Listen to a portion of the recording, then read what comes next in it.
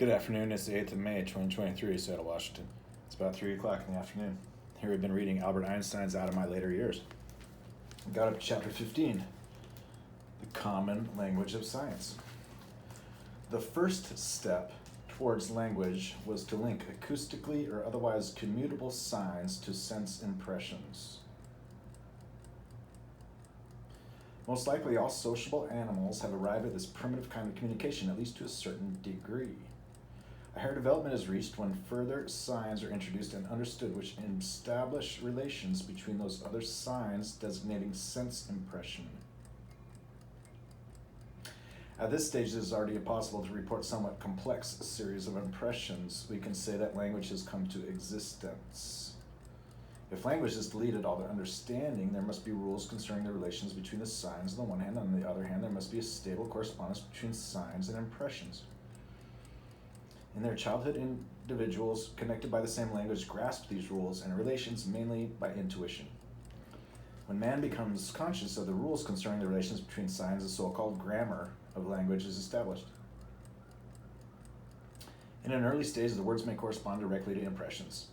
At a later stage, this direct connection is lost insofar as some words convey relations to perceptions only if used in connection with other words. For instance, such words as is or thing. Then word groups, rather than single words, refer to perceptions. When language becomes thus partially independent from the background of impressions, a greater inner coherence is gained.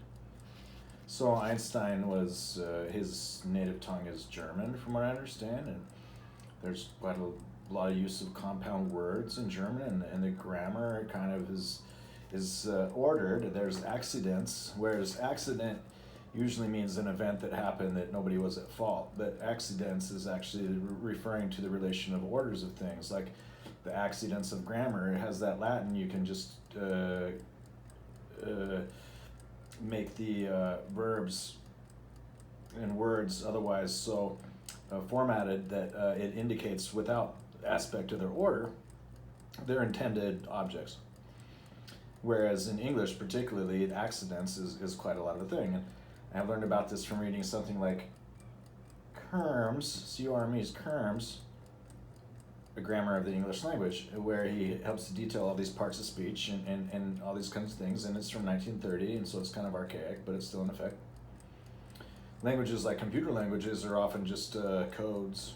Let's just discuss codes. They're human language that involve the consonants and sibilants. And there are those that involve clicks and otherwise any manner of the relaying of sounds over various distances or in various registers or as according to various tones. Some languages are tonal, and for example, the languages of the Orient particularly that involve a necessary enunciation, whereas other languages in their phonetic character represent more or less a looser attachment from the tone to the phoneme, the unit of information of the sound. There's a good little book, Logic and Language, which helps to explain some of the theories of how phonemes and the phonetics, it's named after the Phoenician in a sense, the alphabet, how these things come to play.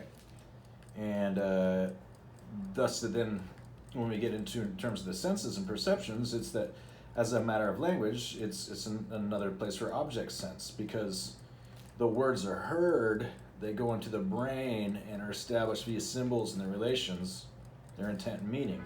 It's just like the reading of the text that is discussed in the books on the deconstructive accounts of literary critique, or the codemes of Barth's, or the lexemes, the phonemes, these things. Then in terms of the natural language understanding, it's generally then that each of the particular languages has particular grammars, and then we have something like the referent dependencies, that the dependency grammars can be laid out and split out that help describe how to diagram a sentence. So for each of the parts of speech, that then for basically languages like English, that off the verb hangs the objects in reference, direct and indirect objects, and all these sorts of things, all the clauses, all the phrases, all what builds into a context. of these things. So there, besides a usual notion of the phenomenological and the senses, that a robot has these senses because it has these sensors, and the raw input data is the sources of these senses, that it then gets into the brain is fundamentally that all becomes commingled in terms of ideation and the ability to conceive of things as abstract and symbolic. And so human communication is, as besides words like food and shelter and these kinds of things, that there are also ideas like emotion, abstraction, thought, these kinds of things. Pensée, the idée fixe, is the fixed idea that there is one, is a usual matter for ideology. So the width of a language necessarily kind of encompasses what can be stated in it. Any natural language can effectively, if it's built out formally long enough, establishing a context long enough, can explain any concept available to finite terms, finite language. And then that we even have concepts like universals, and the very natural and quite direct application of the versus a about articles and these adjectival forces with regards to expressing quantifier results, automatically natural language. So it's a thing. So Einstein says, when language becomes thus partially independent from the background of impressions, the raw data, a greater inner coherence is gained. Only at this further development, where frequent use is made of so-called abstract concepts, language becomes an instrument of reasoning in the true sense of the word. But it is also this development which turns language into a dangerous source of error and deception. Ambiguity, or the application rhetorical fallacy, or the rhetorical deception. It's anything that's possibly written as in a symbolic form, or this language of science that I think Einstein's going to talk about. It can be represented in natural language. There are subsets of natural language that have direct normal translations to any of a particular usual linear symbolic arrangement. And then with regards to the context, to so establish it's the usual thing. Then, for example, mentioning something like, what are the names of the chemical compounds? And well, there's a way, and it's according to the structure, that it's the same with words, that etymology advises us and guides us. What are the contexts and meanings and influence of words? Then that there's also that there are some words that are the opposite of what etymology they mean, and compared to something like entropy or something like that, which is like there's a tendency or propensity to dissipation, this attenuation, that's entropy from transformation. But it's as well as the thing that transformation would only be an act. So the original intention of entropy usually was the opposite one. And so to disambiguate it, it's actually necessary to take the old definition and re-disambiguate it. There are these kinds of things. There are vagaries of natural language, but they reflect simply vagaries in universal quantifiers and existential quantifiers, and these manners of disambiguating quantification, thus that well-defined and well-formed statements can be made in natural language, and they also results that we have particular special technical forms of symbolic languages, which are a form of natural mathematical language, reductions in terms. Everything depends on the degree to which words and word combinations correspond to the world of impression. Overgeneralizations are generally unsound. Overgeneralizations. What is it that brings about such an intimate connection between language and thinking? Is there no thinking without the use of language, namely in concepts and concept combinations for which words need not necessarily come to mind? Has not every one of us struggled for words, although the connection between things was already clear? We might be inclined to attribute to the act of thinking complete independence from language if the individual formed or were able to form his concepts without the verbal guidance of his environment. Now, I'll dispute that. I'll say there's only rational abstract thinking as words. It may be accompanied with certain diagrams or what, but the diagrams are only, again, a readout. A picture is worth 1,000 words. Well, if you can put it in 1,000 words, yeah. Is there no thinking without the use of language, namely in concepts and concept combinations for which words need not necessarily come to mind? There are words and words, so any kind of symbol can be considered a word or code. For Barths, everything's a code. With regards to those being words, and in the natural language words, then it's with regards to their names. We might think about the gematria and the Kabbalah and the Tetragrammaton, or like, what are the names of the deity? Is it just a combinatorial enumeration? That's all the names? What is the space of names? What is the formal language of names? What is the formal language of words? How is use, mention, distinction a thing? The distinction between the use of a name or a word and the mention of it. It's a thing.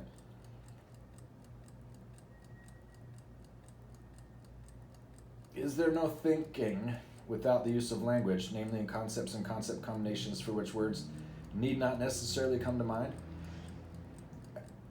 One can imagine any such manners of reasoning and inference in combination that reflect any assignment of any pictorial or graphical or symbolic representation or assignment that models any then connection to the interpretation that there's a model of this language, which results then as insofar as it can be expressed, one would aver unambiguously, that it has at least one model in natural language.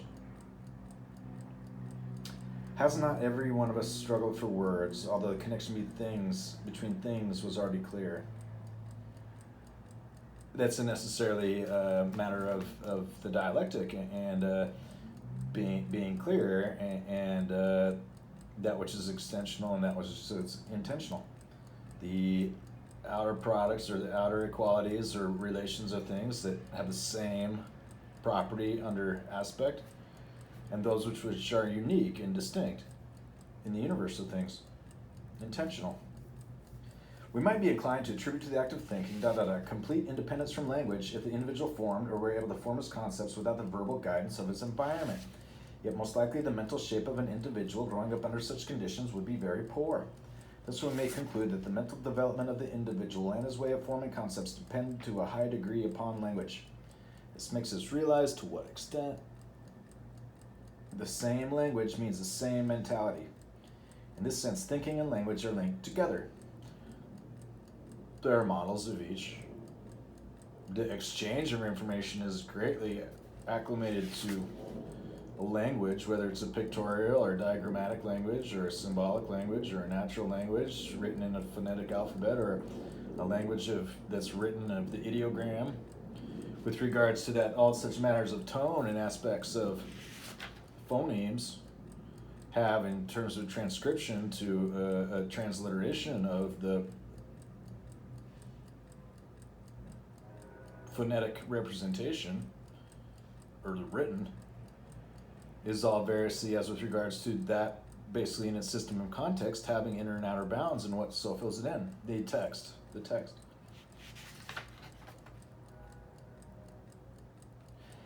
Here then, Einstein declares that we have to share a common language to share these things and have libraries of things. Is so.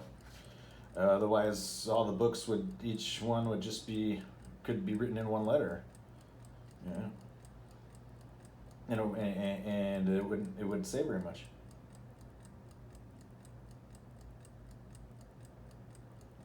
In this sense, thinking and language are linked together. What distinguishes the language of science from language as we ordinarily understand the word?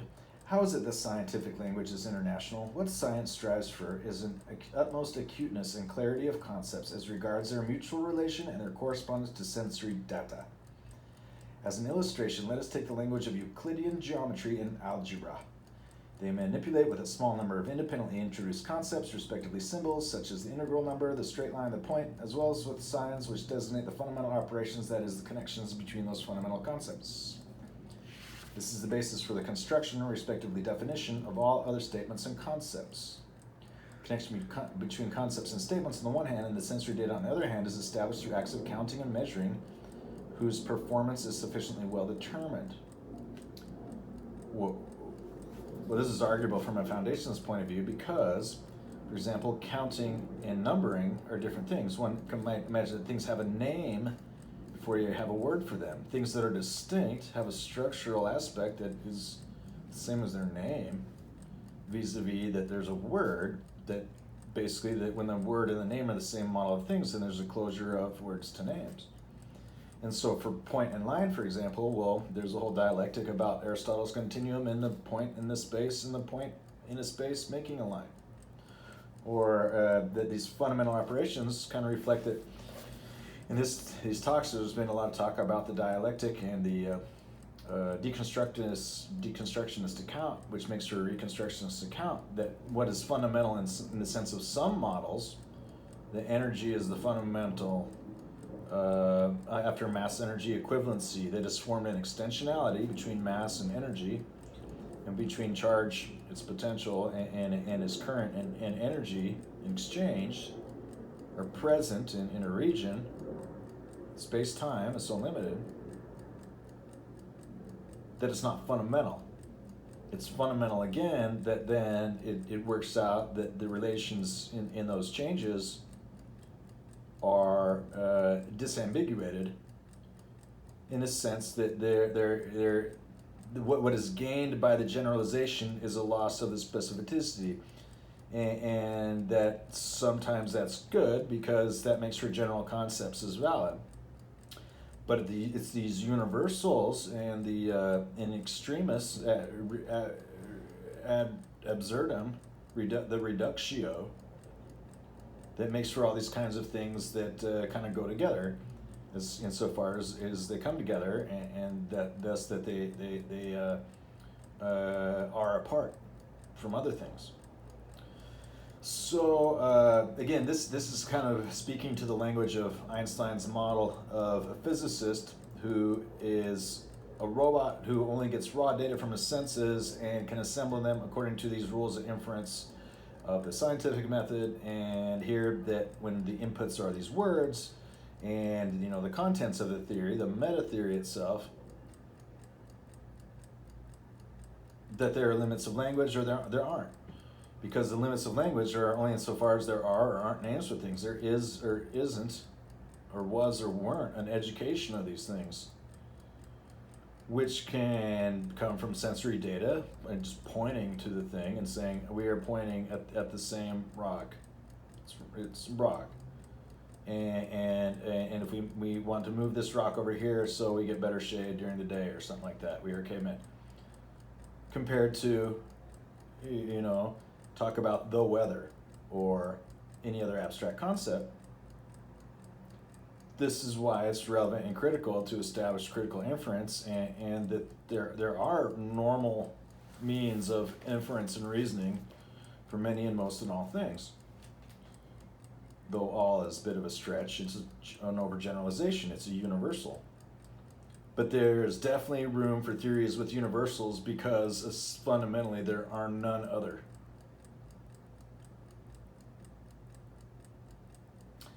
And so Einstein says that he's describing that for the language of science is both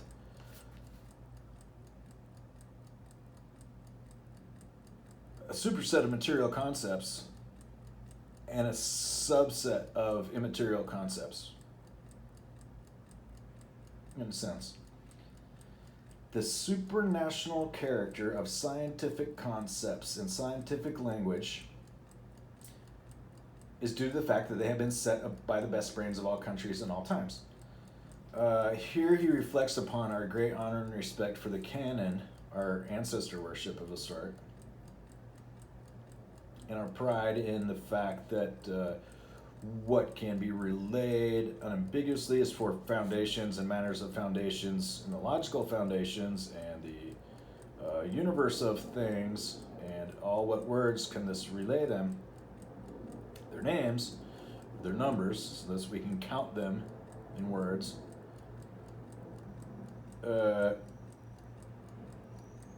What's left of the abstractions is often the most refined thing, because it's the least amount that needs to be relayed, thus that to people with otherwise the least amount of time, who aren't conjoined twins in the brain, or Spock, a character from a fictional universe called Star Trek's mind meld for the rest of their lives, the hive mind.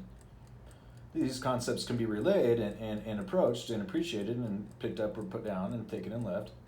These are just usual concepts then. They represent, for philosophy's sake, a paucity that makes for inefficiency, in that the language of science is at once terse and extensible.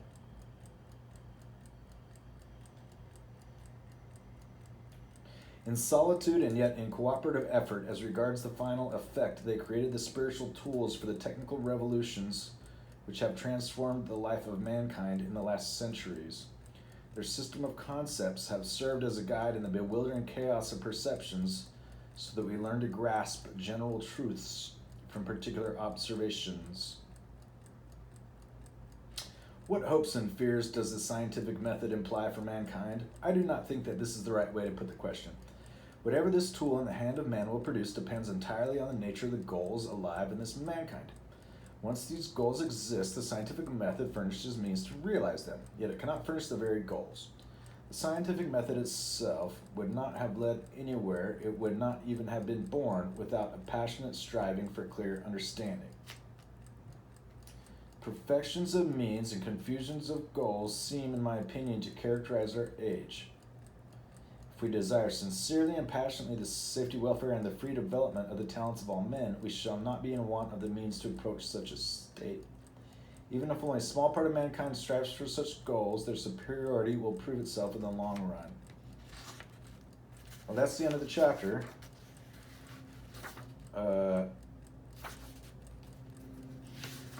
And he talks about science and science, science the setting, science the philosophy, science the culture, and science the social construct. Which the more you're inside of it, the better it seems, and the farther you're outside of it, the worse it seems, in a sense.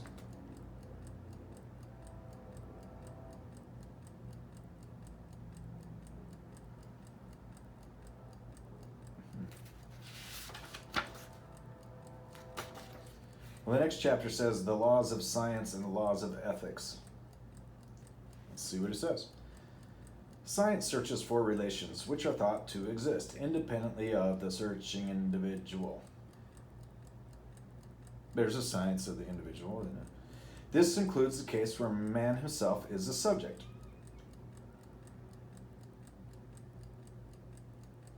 Or when the self is the subject. Or the subject of scientific statements may be concepts created by ourselves, as in mathematics. Some have that concepts of mathematics are only discovered, not invented. Their relationship to models of otherwise things not mathematical, where you're using mathematical models to model everything because mathematics is perfect and of ubiquitous success, and in many ways the most convenient and useful realm for things, because you can take it or leave it, and it is decomposable into various spare parts. It was discovered and not invented. The means and applications are invented, and then it works out for the science that they're discovered.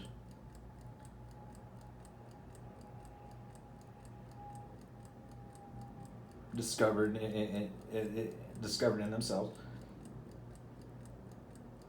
Such concepts are not necessarily supposed to correspond to any objects in the outside world. Oh, yes, they are.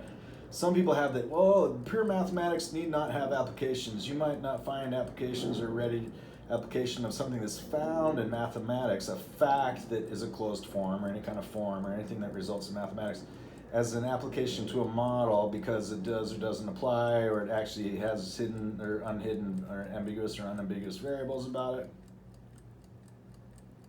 But I, for one, believe that all mathematics is ultimately applicable because it's just a model of itself, and that there's a universe of mathematical objects, or Hilbert's infinite living museum of mathematics, which is half undiscovered yet and goes on forever. That it's still so that there's nothing in mathematics that isn't in mathematics. And there are any particular subfields, there's abstractions, any view, any platform, any plank is as simple as any other to take it or leave it. But such matters of relation and structure and form advises all manners of function, all manners of relation or lack thereof, form or lack thereof, and the falsifiability, which makes for our limited means in a phenomenological world of the data that we can only convey and perceive. It's called the scientific method, and makes for statistics as a useful application of science. However, all scientific statements and laws have one characteristic in common. They are true or false, adequate or inadequate. Roughly speaking, our reaction to them is yes or no. Well, this gets into the success of these laws of nature. This gets in a lot of different things Einstein's talked about, whether they're true or false. There's also whether they're independent or independent, and there's also whether they're decidable or undecidable. These being the mathematical sides of things in terms of models, which would otherwise relay these matters of relation, which are complete or partial, or complete and incomplete. So for the complete and incomplete, and for the decidable and undecidable, given hopefully the consistent, not the inconsistent, in terms of here what's been talked about, these systems of restitution and oscillation, and dissipation and attenuation. There are lots of these kinds of things that go into then what is, when he says what's true or false according to what an experiment observes, that the scientific method is only that for an experiment there's a hypothesis, and the hypothesis is validated by not being invalidated, or it's invalidated. It does not have such a truth value to it, because then that would be an arbitrarily strong truth in the name of it, or something like that. It's number. But instead we have a word for it, and that is scientific, and it's as long as all the theory is never falsified by any of the data, then the theory holds good, as Einstein puts it. That it's good, and then it can be successful, and in part what's successful is important, the ability for it to be applied in terms of being sensible, fungible, and tractable. That a working model of a physicist can pick it up and make do with it, crunching out enough numbers to set up the ansatz, the setup. What results that the setup of the experiment results for the configuration of the experiment and the energy of the experiment. The range of all the hypotheses, and that none of them are invalidated. Thus, the theory for the data holds good.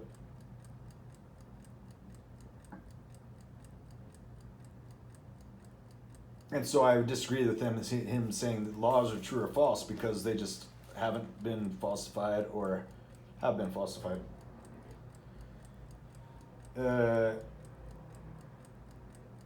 The scientific way of thinking has a further characteristic.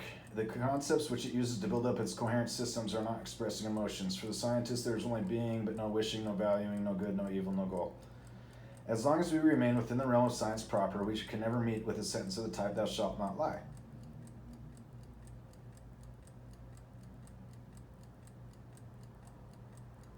Well, that's not so necessarily. The conscientious scientist's philosophy might include that. There's something like a Puritan's restraint in the scientist who seeks truth. He keeps away from everything voluntaristic or emotional. Incidentally, this trait is the result of a slow development peculiar to modern Western thought.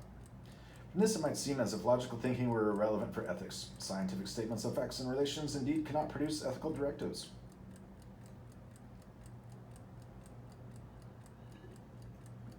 However, ethical directives can be made rational and coherent by logical thinking and empirical knowledge. If we can agree on some fundamental ethical propositions, then other ethical propositions can be derived from them, provided that the original premises are stated with sufficient precision. Such ethical premises play a similar role in ethics to that played by axioms in mathematics. So he's describing, in a sense, a sort of calculus ethics and calcularema, or whatever you want to put it, that I agree that it's kind of so that there's usual manners for ethics. Ethics is being what is for the conscientious, what would be rules, extra other concerns that are just for, say, gain, or the principle of least action. The usual principle in physics is least action. The usual principle of greed in humans is most gain, and often most personal gain. And so the ethics, for example, starts with the commonality, and that includes most gain for us and least loss for me, or least loss for us, in terms of those starting to balance things. Then the ethics and morals are kind of combined with regards to that, in the sense that the ethics is abstractly, distantly, whether or not to make things as a calculation. Where morals also include that the very act of doing so is a thing relevant to the moral state or setting. So this is kind of this use-mention distinction again. But that otherwise we can start with an extensionality about how ethics and morals are the same, and then for the scientific method, that if we violate this hypothesis of this principle of this philosophy of science, which basically says we can't lie to ourselves, or that if we provide bad data, then the science has to include in a theory that we're not conscientious scientists. Which is true, you have to have that, because thinking beings are rational and reasonable, but they may also be irrational and unreasonable, and they may be deceitful. There's much to be said for that which is not. So let's see how he goes on with this. So that there's a calculus for ethics, but it's unclear what it is. There's just abstractly a thing that we can attain to. Not that the ends justify the means or anything like that. This is why we do not feel at all that it is meaningless to ask such questions as, why should we not lie? We feel that such questions are meaningful because in all discussions of this kind, some ethical premises are tacitly taken for granted. We then feel satisfied when we succeed in tracing back the ethical directive in question to these basic premises. Do I even know I lie? In the case of lying, this might perhaps be done in some way such as this. Lying destroys confidence in the statements of other people. The existence of lying does, I suppose. The discovery of lying does. Lies are invented, truth is discovered. When a lie is discovered, that's the truth. Without such confidence, social cooperation is made impossible, or at least difficult. This speaks to the usual notion of that prior to systems of bad reputation, or whatever it is these days, that people consult as their omen when they're interested in somebody. Then before that was just the usual notion of somebody's word, that somebody's word was good until established otherwise, and then that if somebody's word was determined not good, then they could not be trusted pretty much at all. The same goes for any other kind of abdication, malfeasance,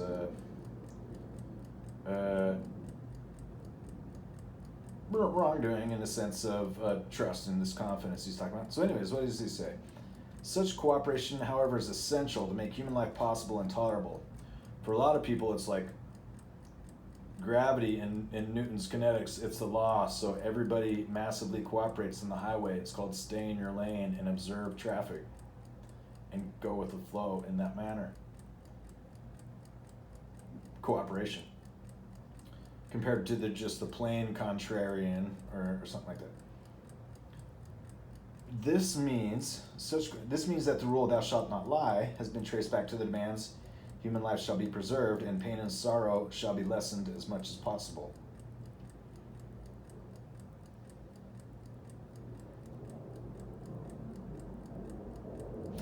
But what is the origin of such ethical axioms? Are they arbitrary? Are they based on mere authority? Do they stem from experiences of men, or are they conditioned indirectly by such experience? This is a short chapter. It's just the rest of this page here.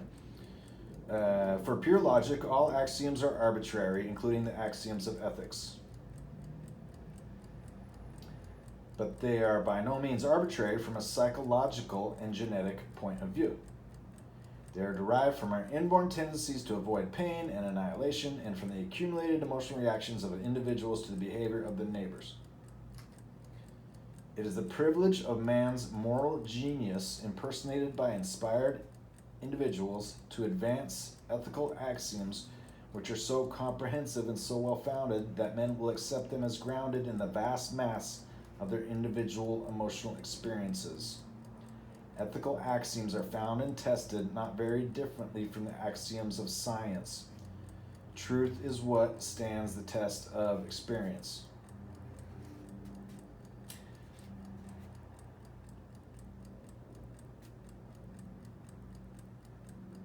So in this sense, Einstein says that things are true until they are proven not true. And it's kind of fair. And it kind of reflects that gravity is not just a good idea; it's the law, and this kind of thing. But also that it's tested. That there's any possible theory where something is not true is verified by being invalidated from being true, thus suspect or false, or in another theory, always held up as another theory as being the opposite of true. There are always these complements in theory. There isn't always time to test all theories. Truth is what stands the test of experience. From logic in the world of logic and mathematics, this is not the usual definition of true. This is just the definition of belief in something that hasn't been contradicted by other phenomenological raw data. And so in that world, then there's notions of relative truth, there's this correspondence theories of truth, coherent theories of truth, which pretty much match up to science, and a language that's full of given concepts that even explain a concept, whether it's true or false, or yes and no, or neither true nor false, and these kinds of things. Or just no. Sometimes just rejection is not the same thing as expressing the negation or rejection. Just means no comment, this kind of thing. Then the pure logic, then a pure theory that is true is like that there are these names of things. So it's kind of, you can think of like in a mystical sense, the gematria is numerology, which is sort of a mystic tradition and account of numbers, that they are all true relations. So it's kind of like Platonism, that is a strong mathematical Platonism, is part of an aspect of a modern 21st century foundations in logic that is a fabric of a continuum of a space of numbers, of a numbering of the objects, of the relations of the universe, their names, its name, as a holist's monism, the truth. Now, maybe so. And then there's an idea that, well, if we could just have a language where there were no lies in it, that it only well-formed formulas were truisms, and only truisms were well-formed formulas in this language of logic. Then the idea is, well, hi, my name is Bertrand Russell, and I'd like to show you a little trick called a paradox. And what it is a logical paradox. And what you do is you take the set of numbers that do not contain or refer to themselves, but you find that it is in your set. And it does. And so he said, thank you, Bertrand Russell. We had a world full of truth, and you invented the first lie. We're going to call it the liar paradox instead, and just let it serve as a template for a fallacy. Thus, then anything we can map to one of these truisms via all possible means of alternation and complement and the duals and the complementary duals and all the dialectic, ever establishing it so as for this fallacy. And that's true. So that's in a little bit more sense with some absolute truth logically in a pure logic. That has to be related in a language that makes a formula that then makes for what it is a universal, this kind of thing, and how it employs what would otherwise be the logical paradoxes to make instead just this grounds for truth. And so in this way we can kind of have this Comenius language, this name for a guy named Comenius, and then that we can invoke the all Cretans are liars, or this sentence is false, really, and the ancient Greeks and their logical paradoxes and their thought experiments and the setups and the ansatz about what must give, and then it reflects that there's either a contradiction or a fallacy, or two models where either is so. And then whether those are independent helps establish whether the axiomatics, the fundamentals, are independent truly, or whether they're not independent, but they're somehow interdependent, or they're somehow at odds or contradictory to each other or to themselves. This is the sort of thing that goes back into the model theory that makes for our model physicist, a model scientist, that he says you can have whatever definition of true you want, because all we care about is the scientific method and the fact that basically none of the data is left out. None of the theories are left out, and none of the data is left out. So whenever there's any datum and any theory, they're always all combined. And they either check or don't check that the data invalidates the theory, which is that it is true. Truth is what stands the test of experience. Well, all right then. For the last chapter, being about 50-some pages and covering all of relativity and quantum mechanics in Einstein's view and his final form of his theory, the last couple ones basically just got into a universe of words and names and numbers, the common language of science, and then about the laws of science and the laws of ethics. And then I basically said that ethics and morals are a question for an individual and for a collective and for a society to kind of understand and frame in terms of each other. Except for this philosophy of science, and that there's always this true theory. So the theory of this philosophy of science arrives at a universe of truth and a means for establishing that which is not in words, as according to the structure, the reality, the nature, the number of things.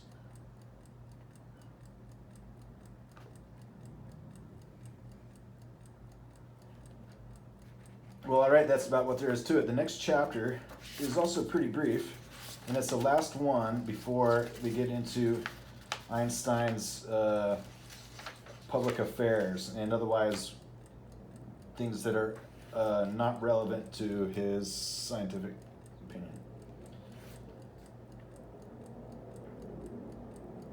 Chapter 17, an elementary derivation of the equivalence of mass and energy.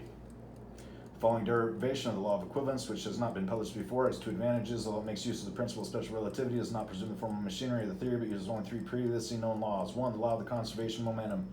Sorry, Einstein, left out. We have rest exchange momentum. 2, the expression for the pressure of radiation, that is the momentum of a complex of radiation moving in a fixed direction. This is framed in terms of energy, and we do not need Heisenberg for this necessarily.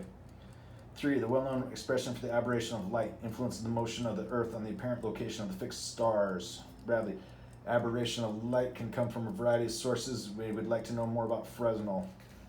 We now consider the following system. Let the body be at rest, freely in space, with respect to system K sub naught. 2 complexities of radiation S prime, each of energy E over 2, move in the positive and negative X naught direction respectively, and are eventually absorbed by B. With its absorption, the energy of B increases by E. The body stays at rest with respect to K naught by reasons of symmetry. So it has from either side an equal amount of energy coming in the middle.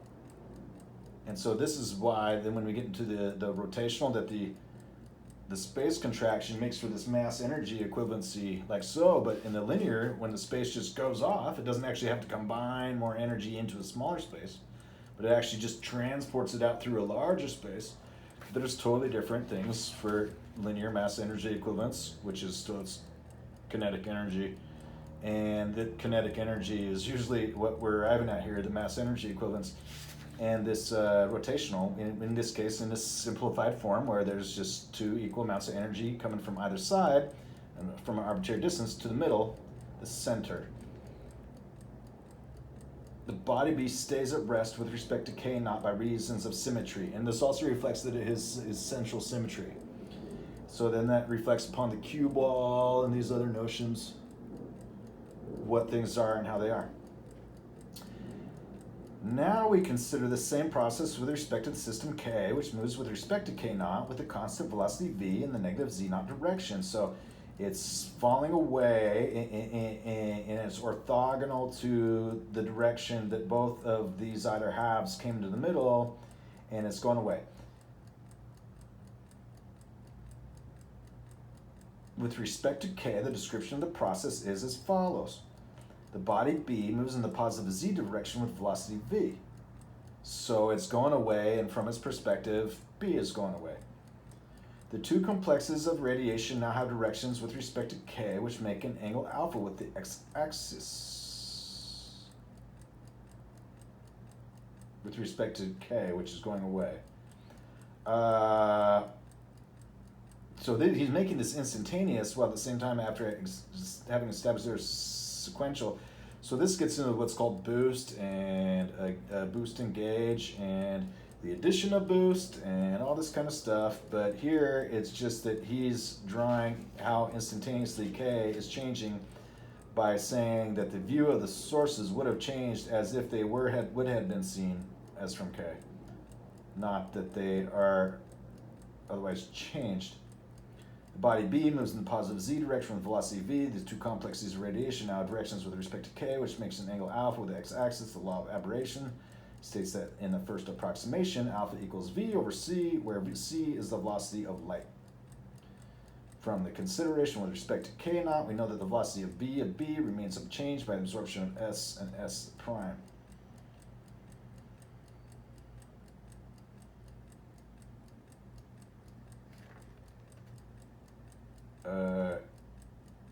But K, so that K is massless. The system K, it does not say anything else about the system K.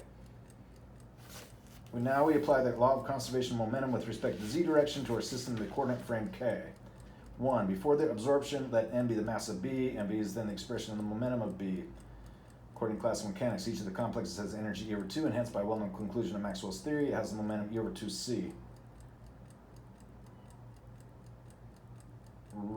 Rigorously speaking, this is the momentum of S with respect to K naught. However, when V is small with respect to C, the momentum with respect to K is the same except for a quantity of second order of magnitude, V squared over C squared compared to 1.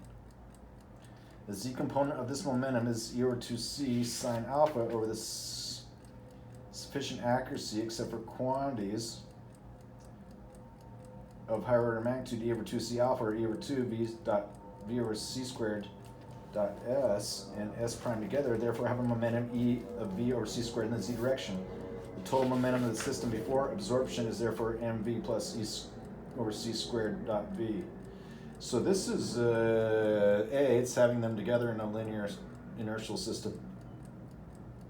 B, it's giving them a momentum together. And C, that's that the entire space is gained this amount. So let's see what happens after the absorption when K is moved away. After the absorption, let M prime be the mass of B. We anticipate here the possibility that the mass increased with the absorption energy E.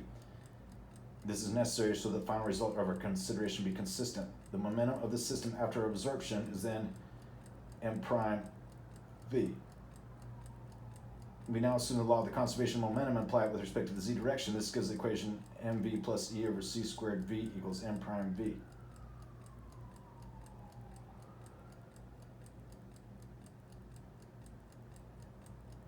Of the whole inertial system. Or m prime minus m equals e over c squared. This equation expresses the law of the equivalence of energy and mass. So instead of E equals mc squared, it's m prime minus m equals E over c squared. The energy increase E is connected with the mass increase E over c squared. The energy increase E is connected. Since energy, according to the usual definition, leaves an additive constant free, we may so choose the latter, that E equals mc squared. Aha, so he's made a deconstructivist and reconstructivist account. And it's upon us to take his deconstructivist account and make other ones. They go beyond E equals mc squared to help explain space contraction, mass energy equivalency, and such. Now, Einstein's later opinions and his use as an ethical man of science with such a position of great respect and authority in the world to follow his ethics and morals, to put forth what he wanted, that then he gets to, there's a section personalities that he talks about Newton. Chapter 38 is about Isaac Newton. That might be interesting. Johannes Kepler. So Kepler and Tycho Brahe and these guys, after the Copernican Revolution, after basically the invention of high precision astronomy, though even though astronomy, of course, had high precision experiments set up since antiquity, but Kepler was a big thing, and it has a lot going on about science. Marie Curie, in memoriam, he writes about Madame Curie. Max Planck, Paul Langevin. I don't know so much about Langevin. Nernst. Nernst is known for his equation, and it's about energy. I don't recall. To a general problem which is characterized by the question, is it possible to compute from the known energy of the conditions of a system used for work which is to be gained by its transition from one state to another? This can be inferred from thermodynamics, ... So, namely, the entropy disappears at absolute zero temperature that Planck found.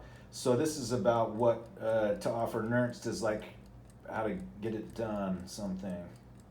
And it depends upon what can be inferred from what a thinking thing can choose via its means of perception, how and when to apply work to gain advantage, and the perfect amount, thus that according to the inputs, the results outputs. It's a static analysis. Paul Ehrenfest in memoriam. Now Ehrenfest helped with some of these paradoxes, or what was to be resolved about the spinning disk at relativistic velocities and what happens and why would it break.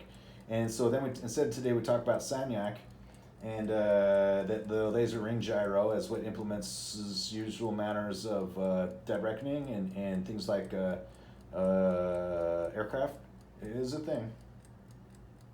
Ehrenfest and Samyak are related in that sense. Mahatma Gandhi. See, now, I don't know that Mahatma Gandhi is as much a man of science, but he's certainly a very, very important man. Karl von Ossetsky. He's and at this point in time, he's getting at other people. And he says, "My people," and then he has the Judaism, and so.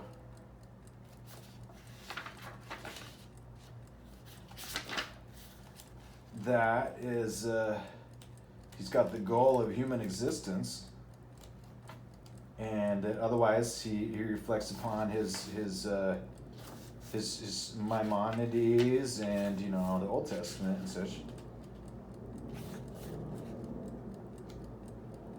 All right, and then there's acknowledgments. So we kind of read the scientific concept of Einstein out of his book here. And I think one of the greatest takeaways is how he arrives at the second famous equation, this m prime minus m equals e over c squared, that happens to have a result that looks like e over mc squared, which is otherwise usually derived from the kinetic energy equation. It's the first term of the expansion. That otherwise then what's left off and left out of it is very contrived configuration of experiment. And though this energy is from side to side, establishing this moment in the body, are having balanced by essential symmetry that it can only reflect a rotational symmetry. There's no in sense there's nothing that without further organization would prevent those two lines from not crossing the smallest amount, and thus establishing an argument for the rotational into Einstein's second E equals mc squared, his deconstructivist, reconstructivist count. So that goes a long way for Einstein that yeah, it's really rather remarkable to start from reading it, and then he lays out relativity and special relativity and general relativity, and that he's kind of left it into the notion that special relativity is first, just to preserve the connection easier with the Lorentz equations and all the derivations and all the justifications that go into that. And then later, bringing in the reasoning that goes into the Riemannian tensor, and that being in a different place, that space-time is curved, but only an empty space-time when you put planets and other like large bodies on it that interact with each other that's otherwise sparse, so you can put around these Riemannian metrics, Riemanns, and it's about Schwarzschild and Riemann and these guys for Einstein, and that it still holds good, as he puts it, that holds good just fine. And then for the quantum and the effect, where the special relativity also has particularly a lot more of its milieu in the small, like the digital chips and stuff like that, and the special relativistic gets into things. He really then gets into the quantum mechanics as explaining that he needs continuum mechanics also. It's got to be solved by his total field equation. And then for mass energy equivalency at the end, I really liked how at the end here, after a brief discussion of the language of science and the philosophy of science and the philosophy of the ethics of science and how that arrives at truth, then that he leaves us with this open foray into a deconstructive account of what he would consider a geometric proof of, according to this theory of momentum, a derivation of E equals mc squared, the mass energy equivalence, that can be looked at as strictly in the rotational. So that's pretty great.